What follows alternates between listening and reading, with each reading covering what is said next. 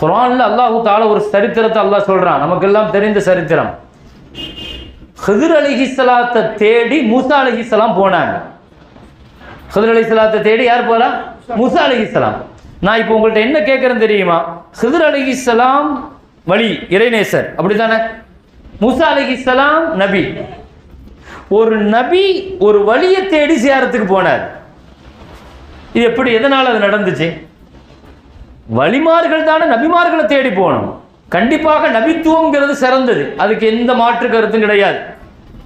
ஆனால் அல்லாஹ் தஆலா எங்க போக வைக்கிறான்? மூசா அலைஹிஸ்ஸலாத்தை ஹித்ர் அலைஹிஸ்ஸலாத்தை தேடி போக வைக்கிறான். என்ன காரணம்? அல்லாஹ் குர்ஆன்ல சொன்ன காரணம் என்ன தெரியுமா? ஃபவஜதா அபுதம் மின் இபாதினா ஆதைனாஹு ரஹ்மத்தம் மின் இந்தினா வஅல்லம்னாஹு மின் லதுன்னா இல்மா. அவர்கிட்ட போங்க, அவர்கிட்ட 3 விஷயம் இருக்குதுன்னு அல்லாஹ் சொன்னான். 3 விஷயம் இருக்கு. என்ன இருக்குது? ஃபவஜதா அப்தன், வழிமார்களுடைய தொடர்பும் எதற்கு? அவர் அப்துங்கிற அல்லாஹ். அவங்கள்ட்ட போன அடிமைத்தனத்தை கத்துக்கலாம், அவங்கள்ட்ட போன பணிவை கத்துக்கலாம்.